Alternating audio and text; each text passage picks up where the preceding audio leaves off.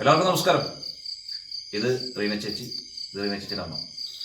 റീന ചേച്ചി എന്ന് പറഞ്ഞാൽ ഇപ്പം നെടുമങ്ങാട് നടന്ന കൊടും ക്രൂരത, ഒരു കുട്ടിയെ റീന ചേച്ചിയുടെ മകളുടെ കാമുകൻ കൊന്നത്, അതായത് രണ്ടാം ഭർത്താവ് എന്ന് പറയും കൊന്നത്. 1.5 വയസ്സുണ്ട്. അപ്പം എന്താണ് ഇവരുടെ മകള് ചെയ്തത്? അല്ലെങ്കിൽ ഇവരുടെ മകൾ ഇതിൽ തെറ്റുകാരിയാണ്. റീന ചേച്ചിയുടെ സ്വന്തം മകളുടെ മകനെയാണ് അതിക്രൂരമായി കൊലപ്പെടുത്തിയത്. അപ്പം എന്താണ് റീന ചേച്ചിക്ക് പറയാനുള്ളതെന്ന് നമുക്കൊന്ന് കേട്ടോ. റീന ചേച്ചി കേട്ടോ. റീന ചേച്ചി അഖിലയുടെ അമ്മയാണ്. നമസ്കാരം റീന ചേച്ചി. റീന ചേച്ചി ഇപ്പം ജോലിക്ക് വെച്ചാണല്ലേ? എവിടെ ജോലി ചെയ്യണ ചേച്ചി? പാളയത്താണല്ലേ? എന്താണ് ചേച്ചി സംഭവം നടന്നത്? ഈ സംഭവമൊക്കെ ചേച്ചി അറിഞ്ഞോണ്ടാണോ? ഈ സംഭവം നേരത്തെ അറിഞ്ഞാണോ ഇങ്ങനെ കൊച്ചിനെ ഉപദ്രവിക്കണേക്കെ? ഇല്ല, ഞാൻ ഇതുവരെ അറിഞ്ഞിട്ടില്ല. എൻ്റെ പൊന്നുമോനെ ഞാൻ ഉപദ്രവിക്കണത് ലാസ്റ്റ് ഘട്ടമാണ് ഞാൻ അറിയണത് എന്ന്. അപ്പോൾ ആദ്യം പിന്നെ ഇവർ രണ്ടുപേരും കൂടെ പോയി ഏതോ ഒരു അമ്പലത്തിൽ തമിഴ്നാട്ടിൽ പോയി വിവാഹം കഴിഞ്ഞിട്ട് അവരുടെ വരെയായി. അപ്പോൾ പിന്നെ ഇവിടെ ഏകദേശം 1 മാസം അടുപ്പിച്ച്, 1 മാസം ഇല്ല അതിനകത്ത് ഇവിടെ താമസം ഉണ്ടായിരുന്നു. അപ്പോൾ എന്ത് ആഹാരം കഴിക്കാൻ അഷ്കർ എന്ന കൊലയാളിക്ക് കൊടുത്തിരുന്നാലും അവൻ ആദ്യം എൻ്റെ കുഞ്ഞിന് കൊടുത്ത് വയറ് വീർപ്പിച്ചതിന് ശേഷം മാത്രമാണ് അവൻ കഴിച്ചിരുന്നത്. അത് കഴിഞ്ഞിട്ട് പിന്നെ എന്തോ ഒരു അച്ഛൻ മക്കളെ സംരക്ഷിക്കുന്നത് എങ്ങനെയാണോ അതേ ലെവലിലായിരുന്നു. കുളിപ്പിക്കുക, മലമൂത്ര വിസർജന നടത്തിയാൽ അതൊക്കെ ക്ലീൻ ചെയ്യുക, അതൊക്കെ അവൻ ചെയ്യുമായിരുന്നു. പക്ഷേ ഇവിടെ വെച്ചിട്ട് പിന്നെ ഇവർ ഒരു 5-6 ദിവസം കഴിഞ്ഞപ്പോൾ കുഞ്ഞ് അവനെ കാണുമ്പോൾ കരയുമായിരുന്നു. അപ്പം ഞാൻ തന്നെ അമ്മയോട് പറഞ്ഞു, അമ്മ അപ്പിയുടെ ദേഹത്ത് വേറെ മുറിവോ പാടുകളൊന്നും കാണുന്നില്ല, അപ്പോൾ അപ്പി വല്ലതും ചെയ്യുന്നുണ്ടോ, എനിക്കൊരു ഡൗട്ടുണ്ട്, നിങ്ങളൊന്ന് ശ്രദ്ധിക്കണമെന്ന് ഞാൻ അമ്മയോട് പറഞ്ഞിട്ടുണ്ടായിരുന്നു. നിലവിൽ പിന്നെ നമ്മളതൊന്നും കണ്ടിട്ടേ ഇല്ല. അങ്ങനെ ഇരുന്നിട്ടാണ് പിന്നെ ഇവൻ ആദ്യം എന്നോട് വസ്തുവൊക്കെ ചോദിച്ചു. അപ്പോൾ ഞാനിങ്ങനെ ശരിക്കും പറഞ്ഞു കഴിഞ്ഞാൽ ആധാരം എടുത്ത് ഓഫീസിൽ ചോദിച്ചപ്പോൾ പറഞ്ഞു, ഇപ്പോൾ ഈ ഇഷ്ടദാനം എഴുതി കൊടുക്കുന്നതിന് എത്ര രൂപയാണെന്നുള്ള നമുക്ക് അറിയില്ലായിരുന്നു. അങ്ങനെയൊക്കെ ചോദിച്ചതിന് ശേഷം ആണ് അറിയുന്നത് ഞാൻ കഴിഞ്ഞ വർഷവും കരം അടച്ച വസ്തു ഇപ്പോഴും സർക്കാർ ഭൂമിയായിട്ട് കിടക്കുകയാണെന്നുള്ളത്. അപ്പോൾ അതെന്നെ മാറ്റിയിട്ട് അവർക്ക് എഴുതി കൊടുക്കാമെന്ന് പറഞ്ഞു. പക്ഷേ അവർക്ക് ഒരു വീട് വെച്ച് കിടക്കാൻ വേണ്ടിയിട്ട് വസ്തു വേണമെന്ന് പറഞ്ഞു. ഞാൻ പറഞ്ഞു, നിങ്ങൾ വീട് വെച്ച് കിടന്നോ, അവിടെ അവകാശം പറഞ്ഞ് ആരും വരില്ല. പക്ഷേ അതങ്ങ് മുട്ടക്കാവില്ല, എനിക്ക് കുടുംബഷേർ എൻ്റെ അമ്മ തന്നതാണ്. അപ്പോൾ പിന്നെ അങ്ങനെ വീട് വെച്ച് കിടക്കാൻ പറഞ്ഞപ്പോൾ അതിന് താല്പര്യമില്ല. കാരണം അവൻ്റെ ലക്ഷ്യം ഇത് വെച്ചിട്ട് ലോൺ എടുക്കുക, വണ്ടി എടുക്കുക എന്നുള്ളതായിരുന്നു. അപ്പോൾ ഇതിനിടയ്ക്ക് എന്നെ 1 ലക്ഷം രൂപയ്ക്ക് പുറത്ത് ടെമ്പോ റിപ്പയറൊക്കെ ചെയ്യാൻ വേണ്ടിയിട്ട് അവൻ ടെമ്പോ എടുത്തപ്പോൾ അമ്മയുടെ ഗോൾഡെല്ലാം പണയം വെച്ചിട്ട് 1 ലക്ഷം രൂപ അങ്ങനെ കൊടുത്തായിരുന്നു. അപ്പോൾ അതിന് ശേഷമാണ് പിന്നെ അവളുടെ മാലയ്ക്ക് വേണ്ടിയിട്ട് ഈ വസ്തുവിൻ്റെ കാര്യം അങ്ങ് മാറിയതിന് ശേഷം അവളെ മാല എടുത്തു കൊടുക്കാൻ വേണ്ടിയിട്ട് മെൻ്റലി ടോർച്ചർ ചെയ്യുമായിരുന്നു അവളെ. അപ്പോൾ പിന്നെ അവൾ എന്നോട് ആവശ്യപ്പെട്ടു. അപ്പോൾ ഞാൻ പറഞ്ഞു, മറ്റൊരു ലോൺ കിട്ടുവാണെങ്കിൽ ഞാൻ അതിന് ഗോൾഡ് എടുത്ത് നിനക്ക് തരാമെന്ന് പറഞ്ഞു. അങ്ങനെ ആ ഗോൾഡ് എടുത്ത് ഞാൻ കൊടുത്തിട്ട് ഞാൻ എപ്പോഴും നിൻ്റെ കഴുത്തിൽ വേണമെന്ന് പറഞ്ഞു. പക്ഷേ ഒരു 1.5-2 ആഴ്ചക്കകം വരെ അവളെ കഴുത്തിലുണ്ടായിരുന്നുള്ളൂ. ആ മാല വിറ്റിട്ടാണ് ഒരു കാർ എടുത്തത്. ആ കാറാണ് നാട്ടുകാർ അവിടെ അടിച്ച് പൊട്ടിച്ചിട്ടേക്കണമെന്ന്. സ്വന്തം ടെമ്പോ എടുത്തിട്ട് ഓടുന്നുണ്ട്. ആദ്യമേ സ്വന്തമായിട്ട് ടാക്സി ഓട്ടോ ഉണ്ടായിരുന്നു, അതൊക്കെ വിറ്റിട്ടാണ് ടാക്സി എടുത്തത്. അതിന് ശേഷമാണ് ഇപ്പം നമ്മളിവിടെ വന്നതിന് ശേഷമാണ് ടെമ്പോ എല്ലാം എടുത്തത്. അപ്പോൾ ആ നിലവിലിപ്പോൾ ആ ടെമ്പോ വേറൊരു പയ്യ എടുത്തുണ്ട്, വേറെ ആരുടെ പേരിലാണ് അവ എടുത്തേക്കുന്നത്. ആ ടെമ്പോയുടെ നമ്പരെല്ലാം നമുക്കറിയാം. ആ അത് പിന്നെ ഇവിടെ മാല വിറ്റെടുത്തത് ആദ്യം ഒരു ബ്രൗൺ കളർ കാറായിരുന്നു, അതിനെ വിറ്റിട്ടാണ് ഈ കാർ എടുത്തത്. കുഞ്ഞിൻ്റെ കഴുത്തിൽ ഒരു അരപ്പവൻ്റെ മാല ഉണ്ടായിരുന്നു, അതിപ്പോൾ കാണാനില്ല. പിന്നെ ഇവിടെ നിന്നിട്ട് അവന് പിന്നെ എന്താ ഈ സർക്കാർ ഭൂമി ആയതുകൊണ്ട് പെട്ടെന്ന് എഴുതി കൊടുക്കാൻ പറ്റില്ല, അതിൻ്റെതെല്ലാം ബാധ്യതയൊക്കെ തീർത്തിട്ട് എഴുതി കൊടുക്കാമെന്ന് പറഞ്ഞപ്പോൾ പിന്നെ അന്ന് തന്നെ അവൻ എന്താ ഇവിടെ നിന്നുകൊണ്ട് എൻ്റെ അങ്ങോട്ട് ഉച്ചത്തിൽ സംസാരിച്ചിട്ട് അവൻ അപ്പോഴത്തന്നെ അങ്ങ് പോകണമെന്ന് പറഞ്ഞുകൊണ്ട് പോയി. ഈ ഇവിടെ കയറി കിടക്കാൻ ഒരു ഇടം കൊടുത്തത് തന്നെ അവൻ്റെ ഉമ്മായും സഹോദരിയും കൂടെ അവനെ വീട്ടിൽ നിന്ന് അടിച്ചിറക്കിയെന്നും അവന് പിന്നെ അഖിലയല്ലാതെ മറ്റൊരു പെണ്ണ് വേണ്ടെന്നും, അത് മാത്രമല്ല അവന് ഇവിടെ കയറി കിടക്കാൻ ഒരു പായും തലയണയും കൊടുത്താൽ മതി എന്ന് പറഞ്ഞ് ഞാൻ ഇല്ലാത്ത സമയമാണ് അമ്മയുടെ അനുവാദം വാങ്ങിച്ച് ഇവിടെ കയറി കിടന്നത് തന്നെ. അതിനുശേഷം ഇവർ ആ വസ്തു എഴുതാൻ താമസിച്ചതിന് ശേഷമാണ് ഈ മാലയുടെ മാല എടുത്ത് കൊടുത്ത് 2-3 ദിവസം കഴിഞ്ഞപ്പോഴാണ് ഇവ ഇവിടെ നിന്നും അങ്ങ് പോയത് നന്ദിയോട് ഡാൻസ് ക്ലാസ്സിൽ. അപ്പോൾ നന്ദിയോട് ഡാൻസ് ക്ലാസ്സിൽ പോയിട്ട് പിന്നീട് ഏകദേശം 1 മാസം അടുപ്പിച്ച് ഇവള് ഇങ്ങോട്ട് വല്ലപ്പോഴും മാത്രം ഫോൺ ചെയ്യും, കുഞ്ഞിനെ നോക്കുകയൊന്നും ചെയ്യില്ല. കാരണം കുഞ്ഞിനെ 104 ഡിഗ്രി പനി വന്നിട്ട് എൻ്റെ മരുമോള് വിളിച്ച് പറഞ്ഞിട്ട് പോലും അവർ വന്ന് കുഞ്ഞിനെ നോക്കുകയോ ഹോസ്പിറ്റലിൽ കൊണ്ടുപോയൊന്നും ചെയ്തില്ല. അവർക്ക് വേറെ 2 കുഞ്ഞുങ്ങളുണ്ട്, എൻ്റെ മോന്. അപ്പോൾ ആ കുഞ്ഞിനെ ഈ കുഞ്ഞിനെയും കൂടെ നോക്കാൻ അവളെ കൊണ്ട് പറ്റാണ്ട് വന്നപ്പോൾ പിന്നെ ഇവിടെ കൊണ്ട് തന്നായിരുന്നു. അങ്ങനെ ഞാൻ ഒരു കമ്പനിയിൽ ജോലിക്ക് പോകുമ്പോൾ രാവിലെ 6:30 ഇവിടെ നിന്ന് ഇറങ്ങിപ്പോയിട്ട് ഏകദേശം 8:30 മണി അടുപ്പിച്ചിട്ടാണ് ഞാൻ രാത്രിയിലെത്തുന്നത്. അത്രയും സമയം നോക്കുന്നത് അമ്മയാണ്. കണ്ണൂസം ഞങ്ങൾ ചെല്ലപ്പേരിൽ വിളിക്കുന്നത്, എൻ്റെ പൊന്നുമോനെ നോക്കുന്നത്. അപ്പോൾ അമ്മയ്ക്ക് ശ്വാസം മുട്ടലും കാര്യങ്ങളൊക്കെ ഉള്ളതുകൊണ്ട് 10-72 വയസ്സായ അമ്മയാണ്. അമ്മയെ കൊണ്ട് നോക്കാൻ പറ്റില്ല എന്ന് പറഞ്ഞു. അങ്ങനെ അമ്മ തന്നെ അവളെ വിളിച്ച് പറഞ്ഞു, നീ വന്ന് കുഞ്ഞിനെ കൊണ്ടുപോകണം, കാരണം എന്നെ കൊണ്ട് പറ്റണില്ല, നീ വന്ന് എടുത്തുകൊണ്ട് പോകുന്നൊക്കെ പറഞ്ഞിട്ട് അവൾ ഇങ്ങോട്ട് തിരിഞ്ഞു നോക്കുകയോ കുഞ്ഞിനെ ഒന്ന് വീഡിയോ കോൾ വിളിച്ച് ഒന്ന് കുഞ്ഞിനോട് സംസാരിക്കാൻ പോലും അവൾ തയ്യാറാവില്ല. കാരണം എന്ന് വെച്ചാൽ അവൻ മെൻ്റലി ടോർച്ചറാണ് ചെയ്യുന്നത്. അതൊക്കെ ഞങ്ങൾ മനസ്സിലാക്കിയ കാര്യങ്ങളാണ്. അതിനുശേഷമാണ് മാർച്ച് 23-ാം തീയതിയാണെന്ന് തോന്നുന്നുണ്ട് അമ്മ പെറ്റീഷൻ അവിടെ നെടുമങ്ങാട് സ്റ്റേഷനിൽ കൊടുക്കുകയും അതിനുശേഷം 4 പ്രാവശ്യം കൊണ്ട് അമ്മ കുഞ്ഞിനെയും കൊണ്ട് സ്റ്റേഷനിൽ പോകുന്നുണ്ട്. അപ്പോൾ ആദ്യം ഒരു പ്രാവശ്യം അവൾ ഒറ്റയ്ക്ക് വന്നു. ഈ കുഞ്ഞിന് ഏപ്രിൽ 11-ാം തീയതി കൊടുക്കുമ്പോൾ അനു എന്ന് പറഞ്ഞ സ്വരലയ ഡാൻസ് അക്കാദമിയിലെ കണ്ടക്ടർ സതിയുടെ വൈഫ് അനുവും അഖിലയും കൂടി വന്നിട്ടാണ് എന്നിൽ നിന്ന് കുഞ്ഞിനെ വാങ്ങി കൊണ്ടുപോകുന്നത്. അവൻ അന്ന് അവിടെ ആ സ്റ്റേഷൻ്റെ ഇപ്പുറത്ത് വണ്ടി പാർക്ക് ചെയ്തിട്ട് മാറി നിൽക്കുന്നുണ്ടായിരുന്നു. അത് ഞങ്ങൾക്ക് ലാസ്റ്റാണ് മനസ്സിലായത്. അവിടെ സ്റ്റേഷനിൽ സാറൊക്കെ ചോദിച്ചപ്പോൾ അവിടെ ഇല്ല, ഓട്ടം പോയേക്കെന്നാണ് അവിടെ പറഞ്ഞത്. അത് കുഞ്ഞിനെയും കൊണ്ട് പോയപ്പോൾ സ്റ്റേഷനിൽ നിൽക്കുമ്പോൾ തന്നെ അവൾ പറഞ്ഞു, എൻ്റെ സർട്ടിഫിക്കറ്റും ഡ്രസ്സും ഒക്കെ എനിക്ക് വേണമെന്ന് പറഞ്ഞപ്പോൾ ഞാനന്ന് കമ്പനിയിൽ ജോലിക്ക് പോകാണ്ട് ലീവ് ഇരിക്കുക. അവൻ ഇന്ന് വൈകിട്ട് വന്നു കഴിഞ്ഞാൽ നിനക്കെല്ലാം എടുത്തുകൊണ്ട് പോകാമെന്ന് പറഞ്ഞു. അങ്ങനെ അന്ന് വൈകിട്ട് ഒരു 6:45, 7 മണി അടുപ്പിച്ചൊക്കെ ആയപ്പോൾ നല്ല മഴയുണ്ടായിരുന്നു. അഷ്കറും അഖിലയും അനുവും അനുവിൻ്റെ മകൻ കണ്ണൻ, വേറെ ഒരു പയ്യനും, പിന്നെ വേറെ ആര് വണ്ടിയിലുണ്ടെന്ന് എനിക്ക് അറിയില്ല, എൻ്റെ കണ്ണൂസ് ഉണ്ടെന്നൊന്നും എനിക്കറിയില്ല. അവർ വണ്ടിയിൽ വന്നു, കറണ്ടില്ലാത്ത സമയം ഇറങ്ങി വന്നു, അവരുടെ സാധനങ്ങളൊക്കെ പെറുക്കിയെടുത്തുകൊണ്ട് പോയപ്പോൾ മേളിലെ വീട്ടിൻ്റെ അവിടെയും റോഡ് സൈഡിൽ നിന്നും അവൻ പറഞ്ഞത്, ഞാൻ 5-6 ദിവസം കുഞ്ഞിനെ നോക്കും, പിന്നെ പുഴുത്ത പട്ടിയെ പോലെ നോക്കുമെന്നൊരു വാക്ക് പറഞ്ഞു. പക്ഷേ പിറ്റേ ദിവസമാണ് എൻ്റെ അമ്മ എൻ്റെ അടുത്ത് ഒന്ന് പറയണത്. കാരണം അവിടെയുള്ള ആൾക്കാരെല്ലാം അമ്മയോട് പറഞ്ഞു. ആ ഒരു വാക്ക് എൻ്റെ മനസ്സിൽ തന്നെ തറഞ്ഞിടപ്പുണ്ടായിരുന്നു. എനിക്ക് ഡൗട്ടുണ്ടായിരുന്നു. അത് കഴിഞ്ഞിട്ട് പിന്നെ ഒരു 2-ാം തീയതി, മെയ് 2-ാം തീയതിയുടെ അന്ന് മെയ് 2-ാം തീയതിയുടെ അന്നാണ് ഞാൻ 6:30 മണിക്ക് ജോലി കഴിഞ്ഞിറങ്ങിയപ്പോൾ എൻ്റെ മാൻ്റെ ഭാര്യ വിളിച്ചിട്ട് പറഞ്ഞു, അമ്മ നിങ്ങൾ എവിടെ അയക്കുക? ഞാൻ പിന്നെ ഇങ്ങനെ പാളയത്ത് ഇരിക്കുകയാണ്, വണ്ടി കിട്ടിയില്ല എന്ന് പറഞ്ഞു. അപ്പോൾ പിന്നെ അവൾ കട്ട് ചെയ്തിട്ട് പിന്നെ ഒരിക്കൽ കൂടെ വിളിച്ചു, അമ്മ ഒരു കാര്യം അത്യാവശ്യത്തോട് പറയണമെന്ന് പറഞ്ഞു. പക്ഷെ അവൾ പറയുന്നില്ല എന്താണെന്നുള്ളത്. അപ്പം ഞാൻ വിചാരിച്ചു വേറെ എല്ലാം ആയിരിക്കും എന്നൊക്കെ വിചാരിച്ചു.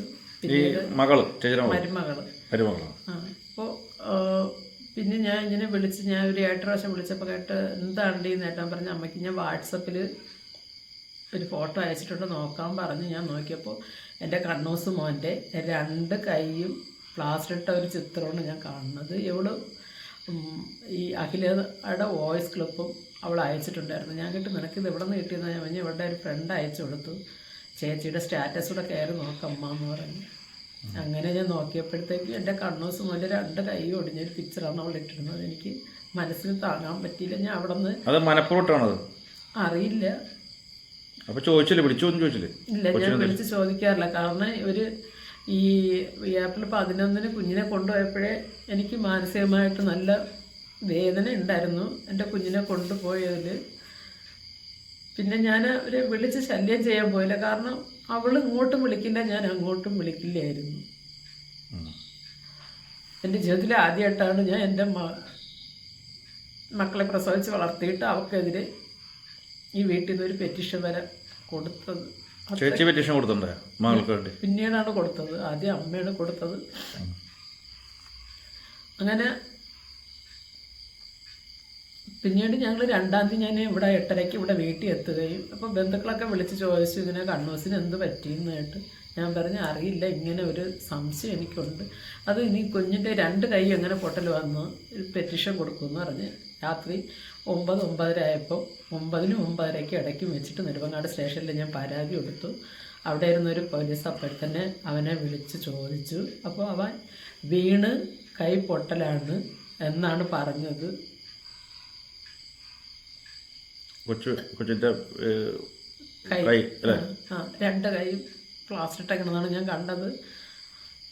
പിന്നെ ഞാൻ സാറിനോട് ഞാൻ ഫോട്ടോ സൂം ചെയ്ത് കാണിച്ചിട്ട് ഞാൻ പറഞ്ഞു, ഫോട്ടോ ഉൾപ്പെടെ കാണിച്ചിട്ട് ഞാൻ പൈസ കുഞ്ഞുങ്ങൾ കളിക്കുമ്പോൾ ഒരു പക്ഷേ പൊട്ടലൊക്കെ വരാം, ഓക്കെ. പക്ഷെ എൻ്റെ മോൻ്റെ മുഖത്ത് എങ്ങും തന്നെ മറ്റൊരു പോറലോ മുറിവോ ഒന്നുമില്ല. എനിക്ക് ഇങ്ങനെ ഒരു സംശയമുണ്ട്, സാർ അതൊന്ന് വിളിച്ച് നോക്കണം എന്ന് പറഞ്ഞു. സാർ അപ്പോഴത്തന്നെ വിളിച്ച് നോക്കിയിട്ട് പിറ്റേ ദിവസം വരാൻ പറഞ്ഞു. പക്ഷെ അവനും അവിടെ വന്നിരുന്നില്ല. ഈ പിറ്റേ ദിവസം രാവിലെ ഒരു 7:15 മണിക്ക് ഞാൻ ചൈൽഡ് ലൈനെ അറിയിക്കുന്നുണ്ടായിരുന്നു. രാവിലെ ഞാൻ ബസ്സിൽ യാത്ര ചെയ്തപ്പോൾ ചൈൽഡ് ലൈനെ അറിയിച്ചപ്പോൾ പറഞ്ഞു, നിങ്ങൾ സ്റ്റേഷനിൽ കംപ്ലയിൻറ്റ് കൊടുത്തേക്കില്ലേ, അപ്പോൾ അവിടുത്തെ ഇത് എന്തായെന്ന് അറിഞ്ഞതിന് ശേഷം നമുക്ക് അതിൻ്റെ അന്വേഷണം നടത്താമെന്നാണ് എന്നോട് സാർ പറഞ്ഞത്. അത് കഴിഞ്ഞതിന് ശേഷം 4-ാം തീയതി ഞാൻ ജോലിക്ക് പോയി. 5-ാം തീയതിയുടെ അന്ന് ഞാൻ ലീവായിരുന്നു. ഞാൻ വീട്ടിൽ നിൽക്കവേ DYSP ഓഫീസിൽ നിന്ന് ഒരു 5:10 വെച്ചിട്ട് എനിക്കൊരു കോള് വന്നു. എനിക്കെതിരെ അഖില പെറ്റീഷൻ കൊടുത്തിട്ടുണ്ട് DYSP ഓഫീസിൽ. കാരണം 6-ാം തീയതി SI സ്റ്റേഷനിൽ വിളിച്ചിട്ടുണ്ടായിരുന്നു.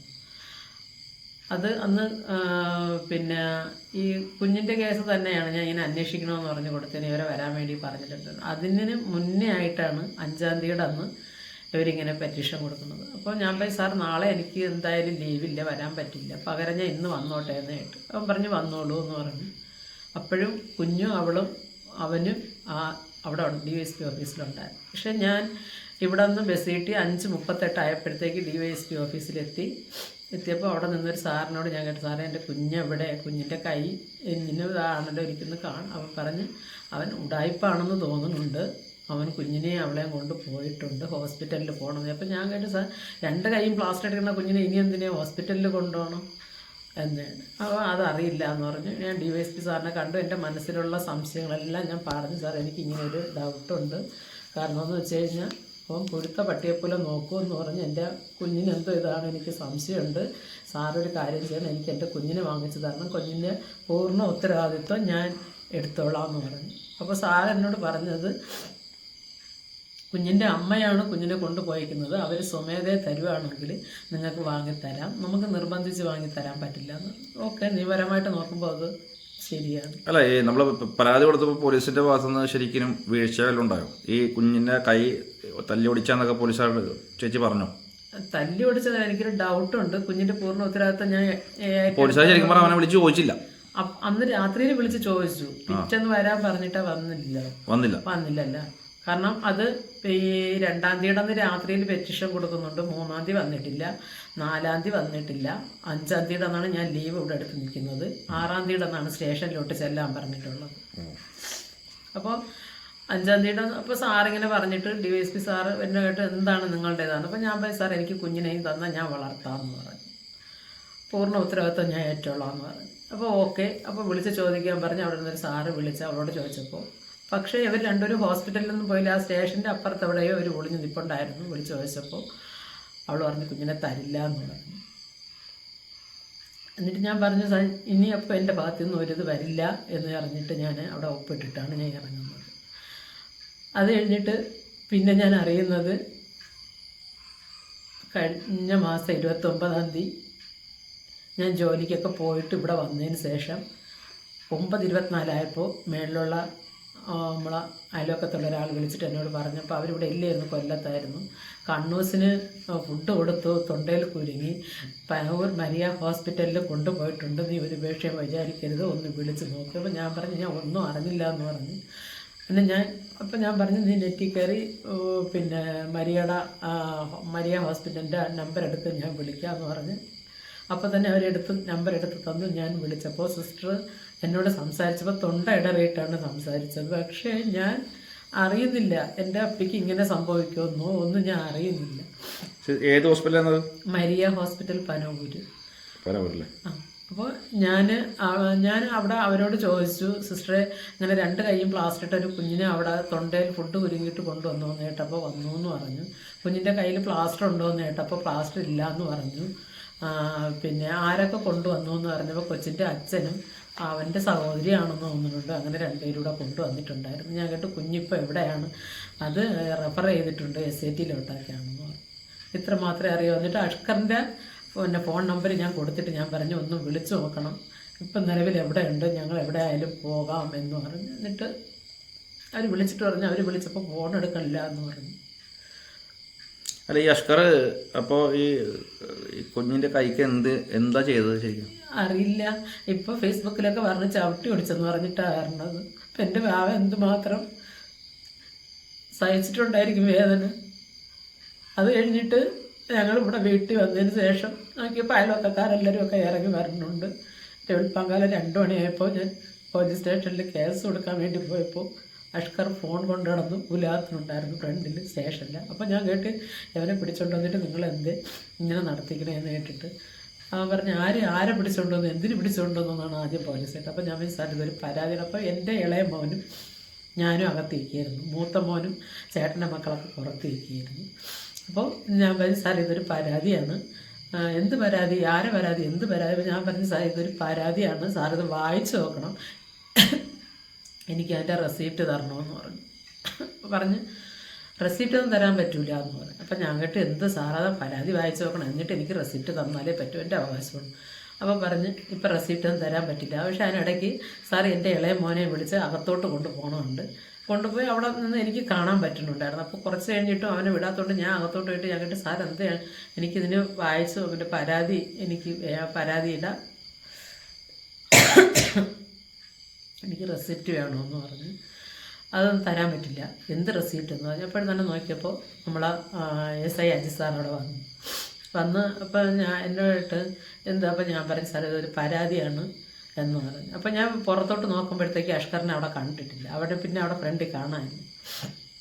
ഞാൻ സാർ ഇങ്ങനെ ഒരു പരാതിയാണ്, എനിക്ക് റെസിപ്റ്റ് വേണം, FIR ഇട്ടിട്ട് അതിൻ്റെ കോപ്പി എനിക്ക് വേണമെന്ന് പറഞ്ഞു.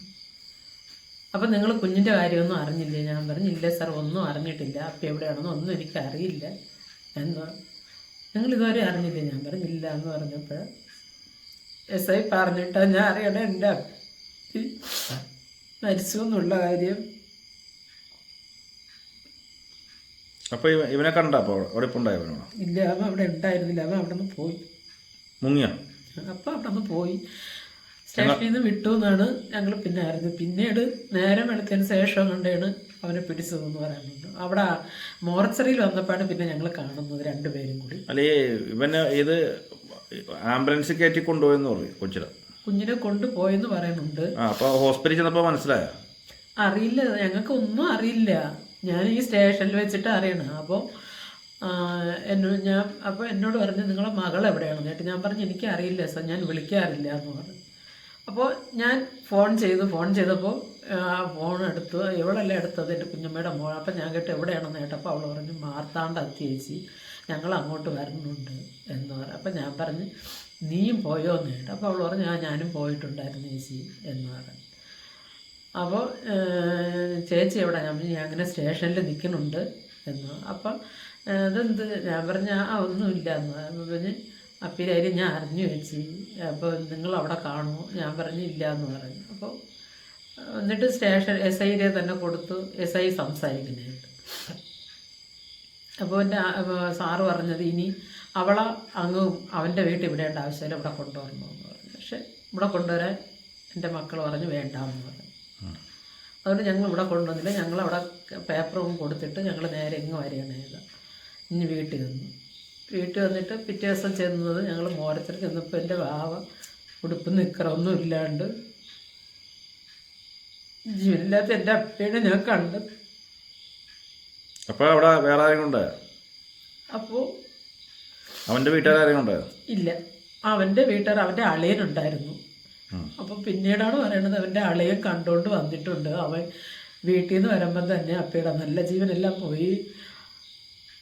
ജീവനില്ലാത്ത കുഞ്ഞിൻ്റെ വായിലാണ് ആഹാരം ഇങ്ങനെ കുത്തി ഇറക്കി കൊടുത്തത്. അപ്പോൾ അപ്പയുടെ തലയൊക്കെ ഇങ്ങനെ കുഴഞ്ഞിടുന്നതായിട്ടൊക്കെ പറയുന്നുണ്ടായിരുന്നു. അളിയനാണ് പറയുന്നത്. അളിയനെ കണ്ടു തന്നെ? അളിയൻ കണ്ടു എന്ന് പറയുന്നുണ്ട്. ഇത് എത്രത്തോളം സത്യമുണ്ടെന്ന് നമുക്കറിയില്ല, ഓരോരുത്തർ പറഞ്ഞാൽ അറിയണേ. അപ്പോൾ അളിയൻ അവിടെ ഇപ്പോൾ ഉണ്ടായോ? അളിയൻ അവിടെ ഉണ്ടായിരുന്നു. അളിയൻ അവിടെ ഉണ്ട്. അയാളെ നിരപരാധിയാണ്? അറിയില്ല, എനിക്കറിയില്ല ഇതിലൊന്നും. ഞങ്ങൾ ആ വീട്ടിൽ ഇതുവരെ പോയിട്ടില്ല. പക്ഷേ ഈ ഡാൻസ് ക്ലാസ്സിലെ അനു എന്ന് പറഞ്ഞവള് 2-3 പ്രാവശ്യം അവിടെ പോയിട്ടുണ്ടെന്ന് അമ്മ എന്നാണ് അവിടെ എല്ലാവരും പറഞ്ഞതൊക്കെ പറയുന്നുണ്ട്. എത്രത്തോളം സത്യം എന്ന് എനിക്കറിയില്ല. അങ്ങനെ അമ്മ അവിടെ ചെന്നെന്നാണ് അവിടെ നാട്ടുകാർ പറയണത്. അമ്മയെന്ന് വെച്ചാൽ അനുവിനെയാണ് പറയണത്. അനു എന്ന് പറഞ്ഞ ഡാൻസ് ക്ലാസ്സിലെ ടീച്ചർ. ഞാനല്ല പോയിട്ടുള്ളത് അവിടെ. ഞാനല്ല അവിടെ പോയിട്ട്. ഞങ്ങൾ ആരും ഇതുവരെ ഇവിടെ നിന്ന് അങ്ങോട്ട്. ഈ ഡാൻസ് ക്ലാസ് ടീച്ചറാണ് ഈ കല്യാണം? അനു സതിയും കൂടെയാണ് രാവിലെ പ്രപ്പോസൽ കൊണ്ടുവന്നപ്പോഴേ നമ്മൾ ആദ്യമേ താല്പര്യം ഇല്ല എന്ന് പറഞ്ഞ് അവളാണ് അഖിലേരുടെ അടുത്ത് പറഞ്ഞ് ബ്രെയിൻ വാഷ് ചെയ്ത് ആ ഫോൺ നമ്പരെല്ലാം പിന്നെ ഇവർ എങ്ങനെ കൈമാറി എന്നുള്ളതെന്ന് നമുക്കറിയില്ല. വിവാഹം വേണ്ടെന്ന് നമ്മൾ ആദ്യമേ ബന്ധുക്കളും ഞാനും ഒക്കെ ഒത്തിരി നമ്മളിവിടെ എല്ലാവരും പറഞ്ഞതാണ്. ഇത് വേണ്ടെന്നല്ലേ? ഈ വേണ്ടാന്ന് പറഞ്ഞതാണ്. പിന്നെ ഏറ്റവും കൂടുതൽ മുൻകൈ എടുത്ത് നിന്നത് അനുവാണ് അവരെ ഒന്നിച്ചാക്കാൻ വേണ്ടിയിട്ട് നിന്നത്. അപ്പം അങ്ങനെയാണ് കാര്യങ്ങളല്ലേ? അപ്പം ഈ അളിയന കണ്ട, ഈ അഷ്കറിൻ്റെ അളിയന ചേച്ചി കണ്ടോ? കണ്ട, അവിടെ ഉണ്ടായിരുന്നു. എല്ലാം പറഞ്ഞോ? ഇല്ല, ഞാൻ അയാളുമായിട്ടൊന്നും സംസാരിച്ചിട്ടുണ്ടായിരുന്നില്ല. ഞങ്ങൾ ചെന്ന് കുറച്ച് കഴിഞ്ഞതിന് ശേഷമാണ് അവനും അവളും കൂടെ അവിടെ ബൈക്കിൽ വന്നത്. ആ ബൈക്കിന്റെ ചാവിയൊക്കെ ഒരു കൂട്ടുകാരനെ ഏൽപ്പിക്കുകയും ചെയ്യുന്നുണ്ടായിരുന്നു. പിന്നെ ഇപ്പോൾ ഈ അഷ്കറിൻ്റെ അളിയനെ പോലീസുകാർ അറസ്റ്റ് ചെയ്തു? ഇല്ല, നമുക്ക് അതിനെ കുറിച്ചിട്ടൊന്നും ഇതുവരെ ഒന്നും അറിവില്ല. ഞങ്ങൾ അഷ്കറിൻ്റെ അളിയൻ ചിലപ്പോൾ കണ്ടു വന്നിട്ടുണ്ടാവും ഈ സംഭവം. ആയിരിക്കാം. അതുകൊണ്ടാണല്ലോ പോജൻ ഇങ്ങനെ പറയുന്നത്, കണ്ടു എന്നാണ് പറഞ്ഞത്. എന്തായാലും അഷ്കറിൻ്റെ ഉമ്മാക്കും സഹോദരിക്കും ഇതിൽ നല്ലൊരു പങ്കുണ്ടാവും.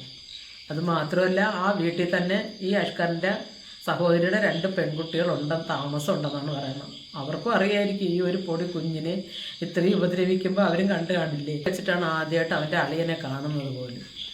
സഹോദരിയെ ഉമ്മയെ എൻ്റെ ഉമ്മായ ഒരു പ്രാവശ്യം ഞങ്ങൾ കണ്ടിട്ടുണ്ട്. സഹോദരിയെ ഞാൻ ഇതുവരെ കണ്ടിട്ടേ ഇല്ല. പക്ഷേ അവരുടെ മുന്നിലും ഇതുപോലെ ഇതിനേക്കാളേറെ വളർന്ന കുട്ടികളിരിക്കുകയില്ലേ, അവരുടെ മക്കളെ നമ്മൾ ഒരു പ്രാവശ്യമെങ്കിലും പിച്ചേ മാന്തിയ ചെയ്യുമ്പോൾ അവരൊക്കെ ഇത് സഹിക്കുമോ? അവർക്ക് നോക്കാൻ താല്പര്യമില്ലെങ്കിൽ ഞാൻ ഫോൺ ചോദിച്ചതല്ലേ, നിയമപരമായിട്ട് ഞാൻ ചോദിച്ചതല്ലേ. അപ്പോൾ ഒന്നുകിൽ പോലീസ് സ്റ്റേഷനിൽ നിന്നോ അല്ലെങ്കിൽ ചൈൽഡ് ലൈനിൽ നിന്നോ ആ സമയത്ത് തന്നെ ഒരു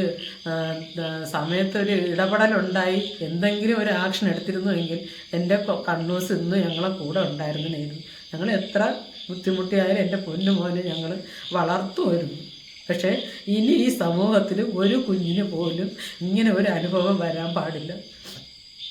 കുഞ്ഞുങ്ങളെ ദ്രോഹിക്കുന്നവർക്ക് ഈ പൊതുജനങ്ങൾ പറയുന്നത് പോലെ തന്നെ എത്രയും പെട്ടെന്ന് ഒരു നിയമ നടപടി മാറ്റം വരുത്തി അവർക്ക് ഈ തക്കതായ ശിക്ഷ തന്നെ നൽകണം. ഈ പോലീസുകാരുടെ ഭാഗത്ത് ഇപ്പം എങ്ങനെയുണ്ട് കാര്യങ്ങളൊക്കെ? നല്ല രീതിയിൽ സ്മൂത്തായിട്ട് മുമ്പോട്ട് പോകണമെന്നാണ് അറിവ് കിട്ടുന്നത്. പക്ഷേ അന്ന് ആദ്യമേ ഞാൻ പരാതി കൊടുത്തപ്പോഴേ അന്ന് അവർ കുറച്ചുകൂടി ഊർജ്ജസ്വലരായിരുന്നു എങ്കിൽ ഇന്ന് എൻ്റെ ഭാവ എൻ്റെ അടുത്ത് കൂടെ ഉണ്ടായിരുന്നില്ല. ആദ്യം പരാതി കൊടുത്തപ്പോൾ പോലീസുകാർ വലിയ ഇത് കാണിച്ചില്ല? ഇല്ല അല്ലേ? ഇല്ല. അതെന്താ കൊടുത്തത്? ഈ വി ഡി സതീശൻ മന്ത്രിയായിട്ട് വന്നേക്കുമ്പോഴാണ് പിണറായി വിജയൻ ഇരിക്കുമ്പോഴാണ്? മെയ് 2-ാം തീയതിയാണ് കൊടുത്തത്. അല്ല, മെയ് 2 മാർച്ച് 23-നാണ് അമ്മ കുഞ്ഞിനെ കൈമാറാൻ വേണ്ടിയിട്ട് ആദ്യം പെറ്റീഷൻ കൊടുക്കുന്നത്. അപ്പോൾ അതിന് ശേഷമാണ് ഒരു 3-4 പ്രാവശ്യം വിളിച്ചു. അവൻ ഇതുവരെ സ്റ്റേഷനിൽ അവൻ വന്ന് ഹാജരായിട്ടില്ല. അപ്പോൾ അത്രയും പിടിബലം ഉള്ളതുകൊണ്ടായിരിക്കുമല്ലോ അവൻ സ്റ്റേഷനിൽ വരാൻ. അപ്പം അതിൽ പോലീസുകാർക്ക് വല്ല ഇതുണ്ട്? പോലീസുകാർ ഞാൻ വിളിച്ച് ആരെങ്കിലും ആ സ്റ്റേഷനിൽ വന്നിട്ട് ആരെങ്കിലും അതിൻ്റെ ഉന്നത ആൾക്കാർ ഇവന് വേണ്ടി വന്നിട്ട് വല്ല പറയുക അങ്ങനെ വല്ല ഉണ്ടായിട്ടുണ്ടോ? അങ്ങനെ പറയുകയൊന്നും ചെയ്തിട്ടില്ല. പക്ഷെ അന്ന് വെളുപ്പാങ്കാലം 29-ാം തീയതി വെളുപ്പാങ്കാലം, അതായത് വെളുപ്പാങ്കാലം പിന്നെ 29-ാം തീയതി അല്ല 30-ാം തീയതി വെളുപ്പാങ്കാലം 2 മണിക്ക് ഞാൻ പെറ്റീഷൻ കൊടുത്തപ്പോൾ അരുണെന്ന് പറഞ്ഞിട്ടുള്ളൊരു സാറായിരുന്നു അവിടെ നിന്നത്. ആ സാറാണ് എന്നെ ഇങ്ങോട്ട് ഷൗട്ട് ചെയ്തത്. ഷൗട്ട് ചെയ്തത് രസീത് തരാൻ പറ്റില്ല. എന്തിന്റെ ഉദ്ദേശത്തിലാണ്? പോലീസ് സ്റ്റേഷനിൽ പരാതി കൊടുത്തിട്ട് രസീത് തരാൻ പറ്റില്ലെന്ന് തോന്നുന്നു. അയാളുടെ പേരെന്താ പോലീസുകാരൻ്റെ? അരുൺ.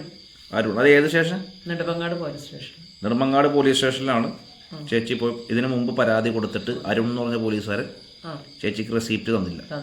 ഇത് എന്തിന്റെ അടിസ്ഥാനത്തിൽ? വി ഡി സതീശന് പരാതി കൊടുക്കുന്നുണ്ട് അയാൾക്കെതിരെ? ഇല്ല, ഞാൻ ഇതുവരെ ആർക്കും കൊടുത്തിട്ടില്ല. കാരണം ഞാനിങ്ങനെ ഒരു കമ്പനിയിൽ രാവിലെ പോയ 8-8:30 മണിക്കാണ് വീട്ടിലെത്തുന്നത് തന്നെ. അപ്പോൾ ആ ഒരു ജോലി പോകുന്നുള്ളതുകൊണ്ട് നിരന്തരം കമ്പനിയിൽ നിന്ന് വിളിച്ചുകൊണ്ടിരുന്നുകൊണ്ട് എൻ്റെ ഗതികേടുകൊണ്ടാണ് ഞാൻ ഇന്ന് പോയത്. കാരണം ആ ജോലി പോയാൽ പിന്നെ ഞങ്ങൾക്ക് വേറെ നിവർത്തിയില്ല. ഇത്രയും പ്രായം ചെന്ന അമ്മയും അതെ ജീവിക്കാൻ വേണ്ടിയിട്ട് ഇത്രയും പ്രായം ചെന്ന അമ്മയും ഉണ്ട്, ഞാനും ഉണ്ട്. നമുക്കിനി ജീവിച്ചാലല്ലേ പറ്റുള്ളൂ. ഇപ്പം നിയമ നടപടിയായിട്ട് മുന്നോട്ട് പോകണതാണ് പോലീസുകാരൊക്കെ. അതിൽ ചേച്ചിക്ക് എന്ത് തോന്നുന്നുണ്ട് ഈ കേസിന് ആസ്പദമാക്കി ഇപ്പം മുന്നോട്ട് പോകുന്ന കാര്യങ്ങളൊക്കെ? പോലീസുകാർ നല്ല രീതിക്ക് തന്നെ കാര്യങ്ങളൊക്കെ ചെയ്യുന്നുണ്ട്. ഇപ്പോൾ പിന്നെ നല്ല രീതിയിൽ സ്മൂത്തായിട്ടാണ് മുമ്പോട്ട് പോകണമെന്നുള്ളതാണ് ഒരു വിശ്വാസം. അപ്പോൾ പ്രേക്ഷകരോടൊക്കെ എന്താ പറയാനുള്ളത്? ഇപ്പോൾ കുറേ ആൾക്കാർ ചേച്ചിനെ കുറ്റപ്പെടുത്തി അല്ലേ? അതെ, എന്നെ തീർച്ചയായിട്ടും അവർ സത്യങ്ങൾ അറിയുന്ന മുമ്പേ എന്നെ ഒരുപാട് പേര് കുറ്റപ്പെടുത്തിയിട്ടുണ്ടായിരുന്നു. പക്ഷേ ഞാൻ ശരിക്കും പറഞ്ഞാൽ ഇതിൽ എന്താണ് എൻ്റെ ജീവിത മാർഗം തേടിയിട്ടാണ് ഞാൻ പോകുന്നത്. കാരണം എനിക്ക് ഒത്തിരി ലോണുണ്ട്. വേണമെങ്കിൽ ഞാൻ പ്രേക്ഷകരുടെ മുന്നിൽ വേണമെങ്കിൽ ആ ലോണിൻ്റെ കാര്യങ്ങൾ പറഞ്ഞു തരാം. 15 രൂപയ്ക്ക് പുറത്ത് തന്നെ എനിക്കൊരു മാസം ലോൺ അടവുണ്ട്. എൻ്റെ ഭർത്താവ് മരിച്ചിട്ട് 6.5 വർഷമായി. ഈ മക്കളെ വളർത്താനൊക്കെ ഞാൻ ഒത്തിരി ബുദ്ധിമുട്ടിയിട്ടാണ് വളർത്തിയത്. ഈ 15 രൂപയുണ്ട്. ഒരു പക്ഷേ ഈ എന്നെ കുറ്റപ്പെടുത്തുന്നവർ ആരായാലും തന്നെ ഒരു പ്രാവശ്യമൊറ്റ ലോൺ അടയ്ക്കാൻ ആരെങ്കിലും പൈസ തരും. ബാക്കി മാസങ്ങളിൽ ആരാ തരാറുള്ളത്? ആരും തരാറില്ല. അപ്പം നമുക്ക് ആരോഗ്യമുള്ള സമയത്ത് പോയി ജോലി ചെയ്ത് നമ്മൾ അതിന് ലോൺ അടയ്ക്കുക. അത് മാത്രമായിരുന്നു എൻ്റെ ലക്ഷ്യം എന്ന് പറയുന്നത്. കാരണം നിലവിൽ ഇപ്പം അമ്മയുണ്ടല്ലോ, കുഞ്ഞിനെ അമ്മ നോക്കുന്ന അമ്മയുടെ താങ്ങും തണലും കിട്ടേണ്ട പ്രായത്തിൽ അവനത് കിട്ടണമെന്ന് ഞാൻ ആഗ്രഹിച്ചു പോയി. ഏതൊരു രക്ഷകർത്താവും ആഗ്രഹിക്കുന്നത് അതാണ്. അതുപോലെ ഞാനും ആഗ്രഹിച്ചു പോയി. പക്ഷെ ഇങ്ങനെ ഒരു കൊലയാളി അവൻ്റെ മുന്നിലുണ്ടെന്നുള്ളത് ഞാൻ ഒരു ശകലമെങ്കിലും അറിഞ്ഞെങ്കിൽ ഞാൻ എൻ്റെ കുഞ്ഞിനെ കൊടുത്തു വിടില്ലായിരുന്നു. സത്യം, കൊടുത്തു വിടേയില്ലായിരുന്നു. എൻ്റെ പൊന്നുമക്കളെ ഞാൻ വളർത്തിയേനെയിരുന്നു. ഞാൻ ഏതെങ്കിലും വീട്ടിലെ അടുക്കളപ്പണിക്ക് പോയെങ്കിലും ഞാൻ വളർത്തിയേനെയിരുന്നു. ഞങ്ങൾക്ക് ആ ഒരു ഡൗട്ട് തോന്നിയതിൻ്റെ പുറത്താണ് നിയമപരമായിട്ട് ഞാൻ ചെന്ന് പെറ്റീഷൻ കൊടുക്കുന്നതും തിരികെ ഞാൻ DYSP സാറിനോട് ഞാൻ ചോദിച്ചതും എല്ലാം. പക്ഷെ എൻ്റെ ഒരു കുഞ്ഞിൻ്റെ ജീവൻ അത് പോയി. എൻ്റെ പൊന്നോമനെ ഓർമ്മിക്കാത്ത ഒരു നിമിഷം പോലും ഇല്ല. ഇനിയിപ്പോൾ കേസിൻ്റെ കാര്യങ്ങളായിട്ട് മുന്നോട്ട് പോകണം. അപ്പോൾ ഇനിയിപ്പോൾ ഞാൻ ചോദിക്കണത്, ചേച്ചിയുടെ മകൾ വന്നാൽ സ്വീകരിക്കുമോ നിങ്ങൾ? ഇല്ല. ചേച്ചിക്ക് അത്രക്ക് ഇതായിപ്പോയി അല്ലേ? ഈ സംഭവം നടക്കുമ്പോൾ ചേച്ചിയുടെ മകളുണ്ടായ? ഇല്ലെന്നാണ് ഞാൻ അറിഞ്ഞത്. ഈ സംഭവം നടക്കുമ്പോൾ ചേച്ചിയുടെ മകൾ ആ വീട്ടിലില്ല? ഇല്ല. ആ വീട്ടിൽ ഈ അളിയനും പെങ്ങളും ഈ പറഞ്ഞ അഷ്കറുള്ളൂ? അവരൊക്കെ ഉള്ളുവായിരിക്കാം, നമുക്കറിയില്ല. കാരണം ഞങ്ങളുമായിട്ട് ആ ഒരു ഫാമിലിയായിട്ട് ബന്ധമില്ല. സ്റ്റേഷനിൽ വെച്ചിട്ടാണ് അവളെ വിളിക്കാൻ പറഞ്ഞ് വിളിച്ചപ്പോഴത്തേക്ക് അവളിവിടെ ഇല്ല എന്ന് ഞാൻ അറിയുന്നത്. തമിഴ്നാട്ടിലാണെന്ന് അറിയുന്നത്. അവൾ ഡാൻസ് പ്രോഗ്രാമിന് പോകുന്നതാണ്. അത് അവൾ 13 വയസ്സ് മുതൽ ഈ പ്രോഗ്രാമുമായിട്ട് ഇങ്ങനെ നിൽക്കുന്നുണ്ട്. ഡാൻസിനായിട്ട് പോകുന്നുണ്ട്. അപ്പം അങ്ങനെ ഡാൻസിൽ പോയി കഴിഞ്ഞപ്പോഴാണ് ഇങ്ങനെ സംഭവിച്ചെന്ന് പറയുന്നുണ്ട്. എന്തായാലും അപ്പം ഈ 2 കൈയൊക്കെ ഒടിഞ്ഞ സംഭവം ഉണ്ടായില്ലേ? അത് മകള് അറിഞ്ഞില്ലേ സംഭവം? അറിഞ്ഞിട്ട് അവളാണല്ലോ കയ്യിൽ വെച്ചിട്ട് കുഞ്ഞിനൊരു ഫോട്ടോയൊക്കെ എടുത്ത് സ്റ്റാറ്റസ് ഇട്ടതും. പിന്നെ അല്ലാതെ ഒരു ബ്ലോഗർ ആരോ കണ്ട എന്തോ ഒരു ഗിഫ്റ്റ് കൊടുക്കണ ഒരു ഇത് ചെയ്തത്, അത് നെടുമങ്ങാട് സ്റ്റാൻഡിൽ വെച്ചിട്ടാണ്. അപ്പൊ പിന്നെ അവൾ അറിയാതിരിക്കില്ലല്ലോ. അതുപോലെ അവര് സൈക്കിളിൽ വീണു എന്ന് പറഞ്ഞിട്ട് ഒരു വലിയ സൈക്കിൾ കാണിക്കുന്നുണ്ട് ഫേസ്ബുക്കിൽ. അത് എൻ്റെ കണ്ണൂസിന്റെ സൈക്കിൾ അല്ല. കണ്ണൂസിന്റെ സൈക്കിൾ ഒരു കിളിപ്പച്ച സൈക്കിളാണ്. സാധാ കുഞ്ഞു കുട്ടിയൊക്കെ ഓട്ടിക്കുന്നത്. എൻ്റെ ചേച്ചിയുടെ മോൻ വാങ്ങിച്ചു കൊടുത്തതാണ് ആ സൈക്കിള്. സൈക്കിളിൽ നിന്ന് വീണ 2 കൈ അങ്ങനെ ഒടിയൂലോ അല്ലേ? ഇല്ല, ഇവിടുന്ന് ഇതുവരെ ഒടിഞ്ഞത്. ഈ കൈയും ഇങ്ങനെയാണ് എൻ്റെ മക്കൾ കെട്ടിയിട്ടത് 2 കൈയും. പോലീസ് പ്രോബ്ലം ഉണ്ടായ പ്രശ്നം ഉണ്ടായിരുന്ന? അല്ല, പോലീസ് അന്ന് കുറച്ചുകൂടി ഊർജിതമായിട്ട് ഒരു അന്വേഷണം നടത്തിയിരുന്നു എങ്കിൽ എൻ്റെ കുഞ്ഞിന് ഇങ്ങനെ ഒന്നും സംഭവിക്കില്ലായിരുന്നു. ഇതേപോലെ ഒരു പൂച്ച ഞാൻ കരഞ്ഞ് പ്രാർത്ഥിച്ചിട്ടാണ് കിടക്കുന്നത്. മക്കളെ കണ്ണു സോനെ ഓടി വാപ്പി എൻ്റെ അടുത്ത് വാ, മക്കള് വാ എന്ന് വിളിച്ചിട്ടാണ് ഞാൻ കരഞ്ഞോണ്ട് കിടക്കുന്നത്. ഇതത്രയ്ക്കും കൂട്ടി നിൽക്കാൻ ആ പെറ്റ തള്ളയുണ്ടായിരുന്നു. ഒരു നിമിഷം അവൾ ആലോചിക്കാത്തത് എൻ്റെ കൊച്ചിനെ ഇത്രയും ദ്രോഹം ചെയ്യണം ഞാൻ എടുത്ത് ആരെങ്കിലും ഒന്നും അറിയിക്കാമായിരുന്നു എന്ന് കണക്കാക്കി ഇവള് ചെയ്യാത്തത്. അപ്പോഴവളും കൂട്ടി നിൽക്കുകയല്ലേ ചെയ്തത്. ഒരു നിമിഷം മതിയായിരുന്നല്ലോ അവൾക്ക്. എപ്പോഴും അവ അവിടെ കാണൂലല്ലോ. ഒരു നിമിഷം മതിയായിരുന്നു അവളൊന്നും ആലോചിക്കാത്തത്. എൻ്റെ കൊച്ചിന് എനിക്ക് ആദ്യമായിട്ട് കിട്ടിയ കൊച്ചല്ലേ, ഞാൻ അതിനെ സംരക്ഷിക്കണം എന്ന് അവൾ കണക്കാക്കിയല്ലോ. പോലീസ് സ്റ്റേഷനിലോ ഇതൊന്നും ചെയ്യണ്ട, എടുത്ത റോഡിൽ കരിക്കുഴി റോഡിൽ അങ്ങ് വിട്ടാൽ മതിയായിരുന്നു. അത് എങ്ങോട്ടെങ്കിലും നടന്നു പോയി ആരെങ്കിലും എടുത്ത് വളർത്തുമായിരുന്നു. ഇതും വേണ്ട, അവൻ വണ്ടിയും കൊണ്ട് ഓട്ടത്തിന് പോകുമല്ലോ, ഇവൻ വണ്ടിയിൽ എടുത്തിട്ടുണ്ട് പോയി ഏതെങ്കിലും ഒരു സ്ഥലത്ത് കൊണ്ടാക്കിയിരുന്നെങ്കിൽ എൻ്റെ അപ്പി പ്രാണവേദനപ്പെട്ട് മരിക്കില്ലായിരുന്നു.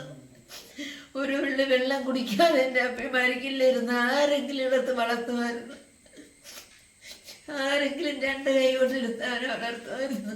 ദയനീയമായ അവസ്ഥയിലാണ്, ഇവ പറയാൻ വാക്കുകളില്ല, അത്രയ്ക്ക് അവസ്ഥയിലാണ് കുടുംബം പോകുന്നത്. ഇവനൊരു കൊടും ക്രിമിനലാണ്. ഇവനിഞ്ഞ് മാനസിക രോഗമാണെന്നൊക്കെ പറഞ്ഞ് ഇവൻ കോടതിയിൽ പോയിട്ട് അതാണ്. ഇവന് മാനസിക രോഗമില്ല. ബഹുമാനപ്പെട്ട ജഡ്ജി ഇവനെ തക്കതായ ശിക്ഷയല്ല ഇവർ തൂക്കുകയറ്. ഇവനൊക്കെ അത് ബഹുമാനപ്പെട്ട ജഡ്ജിയാണ് ഇനി തീരുമാനിക്കേണ്ടത് ഈ കേസിന്റെ കാര്യങ്ങളെല്ലാം, അല്ലെ? കോടതിയാണ്. അപ്പോൾ പ്രേക്ഷകരെ, അടുത്ത എപ്പിസോഡിൽ കാണാം. നിങ്ങളുടെ വിലയേറിയ അഭിപ്രായം രേഖപ്പെടുത്തുക. മാക്സിമം നിങ്ങളോട് എന്താണ് ഈ കുടുംബം ചെയ്യേണ്ടതെന്നൊക്കെ കമന്റ് ചെയ്യണം കേട്ടോ. അപ്പോൾ അടുത്ത എപ്പിസോഡിൽ കാണാം. നന്ദി, നമസ്കാരം.